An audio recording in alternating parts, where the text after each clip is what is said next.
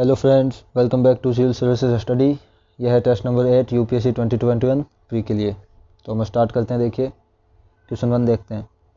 Which among following are functions of wetlands. Wetlands के क्या function है, करेक्ट चूज़ कीजिए कोड। तो इसमें फर्स्ट है जैसे nutrient recycling, providing drinking water, flood mitigation. सोचिए वेटलैंड के फंक्शंस। इसका करेक्ट ऑप्शन है D, all of the above. ये तीनों ही वेटलैंड के फंक्शन है, nutrient recycling, providing drinking water and flood mitigation. ये देखिए वेटलैंड्स क्या होते हैं। Wetlands are areas where water is the primary factor controlling the environment and the associated plant and animal life. Water is the primary factor. Okay, जैसे wetland है रण of Kutch, तो यहाँ पे ये एक किस्म का एक दलदल है जहाँ, ठीक है, ये कंट्रोल करता है इन्वायरमेंट को, एसोसिएटेड इन्वायरमेंट को and all the plant and animal life. Wetlands are determined under the Ramsar convention which was signed in 1972 in Iran. ये रामसर कन्वेंशन है जो वेटलैंड्स को रेगुलेट करता है। ठीक है, क्वेश्चन 2 देखिए।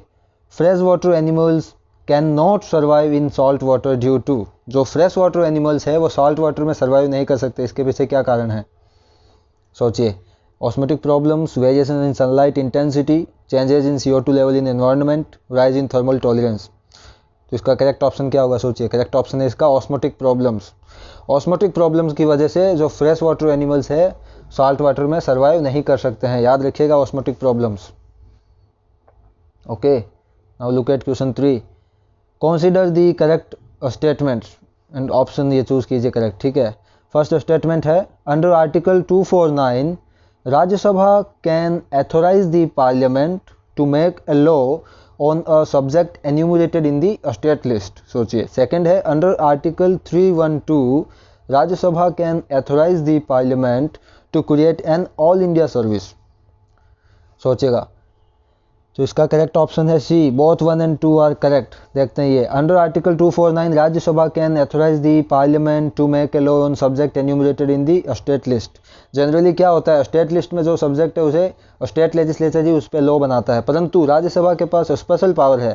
राज्यसभा पार्लियामेंट को एथोराइज कर सकता है अगर कोई कंडीशन अराइज होती है तो कि भाई आप जो स्टेट लिस्ट में जो सब्जेक्ट है उस पर लॉ बनाइए। तो ये अंडर आर्टिकल 249 ये राज्यसभा की स्पेशल पावर है। ठीक है, फिर अंडर आर्टिकल 312 312 के अंडर में राज्यसभा पार्लियामेंट को एथोराइज कर सकता है ऑल इंडिया सर्विस बनाने के लिए, जैसे IAS है या फिर IFS है, जो भी है सर्विस, न्यू सर्विस क्रिएशन। जैसे कल को बोल दें कि भाई जुडिशियल सर्विसेज बनाए जाए, तो जो राज्यसभा है वो पार्लियामेंट को एथोराइज कर सकता है ऑल इंडिया सर्विसेज बनाने के लिए। तो ये दो पावर्स राज्यसभा की स्पेशल पावर्स है, ये याद रखिएगा, ये वेरी इंपॉर्टेंट बनता है यहाँ से।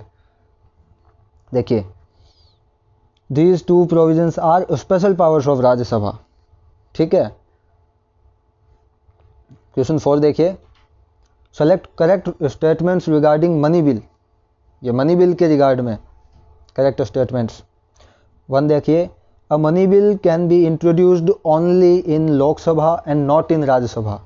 Second, the final power to decide whether a bill or particular bill is a money bill or not is vested in the Speaker of Lok Sabha. 3 देखिए, the chairman of Rajya Sabha preside over the joint sitting held in case of deadlock of both the houses of parliament. तो सोचिए इसका correct option. इसका correct option है ए, only 1 and 2 is correct. ठीक है, देखते हैं 1, a money bill can be introduced only in Lok Sabha and not in Rajya Sabha। जो मनी बिल है वो ओनली लोकसभा में इंट्रोड्यूस किया जा सकता है, राज्यसभा में नहीं।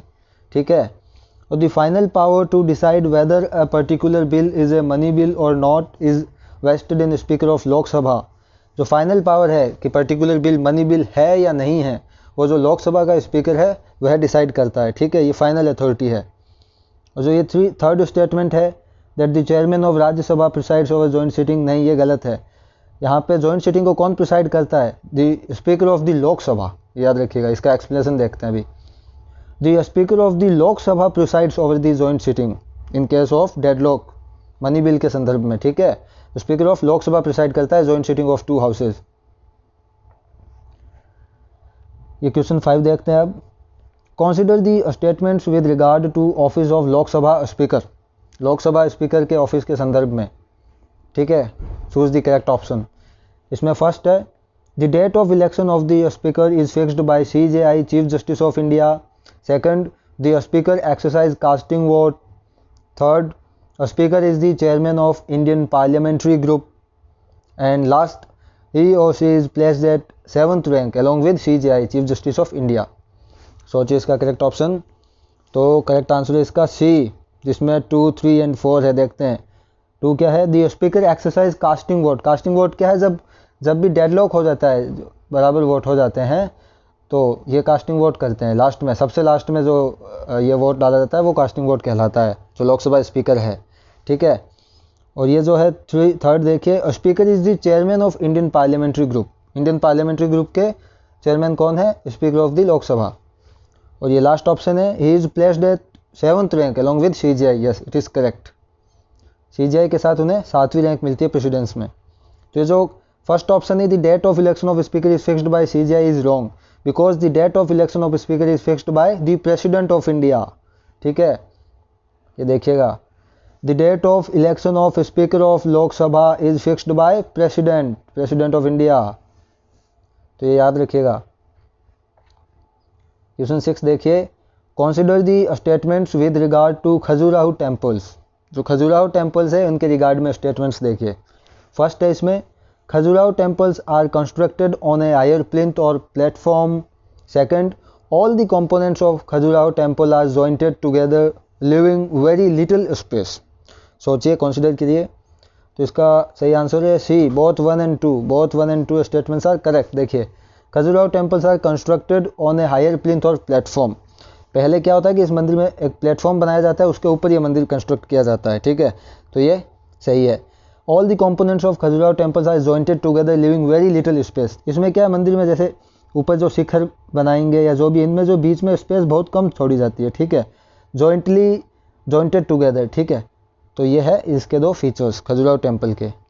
तो ये ऑप्शन देखिए, explanation, Khajuraho temples are part of central India temples. Khajuraho temple central India temples के पार्ट है and are constructed in panchayatan style. ये स्टाइल याद रखिए, नाम पंचायतन स्टाइल। ठीक है, Khajuraho temples are constructed in panchayatan styles and a part of central India temples.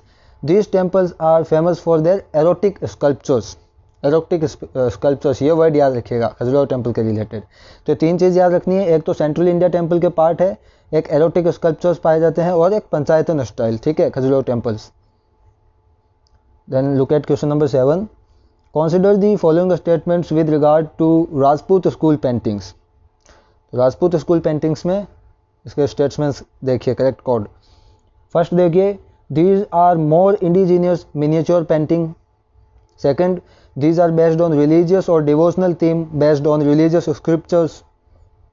Consider करिए, इसका करेक्ट आंसर है C, both 1 and 2 statements are correct. इसमें देखिए, first, these are more indigenous miniature painting। Indigenously जो भी इंडिजिनियस थीम्स होती है उसको यहाँ ज़्यादा फोकस किया जाता है राजपूत स्कूल पेंटिंग्स में। ठीक है, एंड दूसरा, these are based on religious और डिवोशनल थीम्स, जैसे महाभारता है या रामायणा है, और भी जो कोई रिलीजियस टेक्स्ट है उनसे थीम ली जाती है। ठीक है, devotional themes based on religious scriptures. तो ये राजपूत स्कूल पेंटिंग्स के 2 स्टेटमेंट्स, ये दोनों करेक्ट है। ठीक है, now move on to question number 8, which were the reasons for prosperity of Magadha. जो मगधा महाजनपद था उसके प्रॉस्पेरिटी के पीछे क्या कारण है। ठीक है, ये देखिएगा 4 ऑप्शन। फर्स्ट है, location of Magadha and it's capital. Second, it enjoyed benefit of हस्ती सेना। Third, great and warrior Kings. Fourth, unorthodox character of the society. तो कंसिडर करिए मगधा की प्रॉस्पेरिटी के पीछे क्या कारण थे। तो इसका करेक्ट ऑप्शन होगा D, all of the above statements. ठीक है, 1, 2, 3 एंड 4, जिसमें location of Magadha and it's capital, जो इसकी कैपिटल थी, जो पाटलिपुत्र और राजगृह, उनकी लोकेशन काफ़ी सही थी। ठीक है, ये फोर्टिफाइड सिटीज़ थी, और तीनों जैसे पाटलिपुत्र की बात करें तो 3 तरफ से इसके पानी था, तो ये काफ़ी इनकी लोकेशन बहुत अच्छी थी। और इट एन्जॉयड बेनिफिट ऑफ हस्ती सेना, एलिफेंट्स। पास में जो इनके मगधा कैपिटल के जो भी है जंगल लगते थे, वहाँ इनको एलिफेंट्स इजीली अवेलेबल हो जाते थे, तो इनको एक ये बेनिफिट था हस्ती सेना का। ठीक है, and it enjoyed services of great and warrior Kings. जो मगध के किंग्स हुए वो बहुत ही वरीयर किंग्स थे, ठीक है। फोर्थ है unorthodox character of the society. Unorthodox character of the society means जब वॉर के टाइम में सभी section of the society part लेते थे, नॉट ओनली क्षत्रियास, वो था unorthodox character of the society और द स्टेट। तो ये 4 ऑप्शंस मगधा की प्रॉस्पेरिटी के पीछे, ठीक है, याद रखिए। अब है question 9, consider the correct statements and choose the correct code. First है Alvars were the saints who preached songs for Shiva, ठीक है। सेकंड है Nayanars were the follower of Vaishnavite and composed songs known as Prabandhas. ये कंसीडर करिए कौन सा सही है कौन सा गलत है। तो इसका करेक्ट ऑप्शन यहाँ डी, नाइदर 1 नॉर 2, दोनों ही स्टेटमेंट्स गलत है, ठीक है। देखेंगे कैसे है गलत, ऑप्शन देखते हैं। अलवाज वर द वैष्णवाइट, अलवाज वैष्णवाइट थे and preached loving adoration and songs were collectively named as Prabandhas. इनके जो सॉन्ग्स थे उन्हें प्रबंधास कहा जाते थे, और जो अलवाज थे वो विष्णु के फॉलोवर्स थे, वैश्वनाइट्स। और नयनाज वर सेवाइट्स, शिव के followers, Nayanars were Shaivites and their songs were known as Tevaram stotras, ठीक है, तेवाराम स्त्रोतास। तो ये प्रबंधास और तेवाराम स्त्रोतास याद रखिएगा इन दोनों अलवाज एंड नयनाज के रिगार्ड में। Now question 10, consider the correct statements and choose the correct code. First देखिए, Tilak, Bal Gangadhar Tilak set up Indian home rule league in April 1916 and his league was restricted to Maharashtra, Karnataka, Central Provinces and Berar. Second, Annie Besant's league was set up in September 1916 in Madras. तो consider करिए ये कौन सा सही है इसमें से। Option होगा C, both 1 and 2 are correct, ठीक है। तो देखेंगे स्टेटमेंट फर्स्ट देखिए, Tilak set up Indian home rule league in 1916, ठीक है।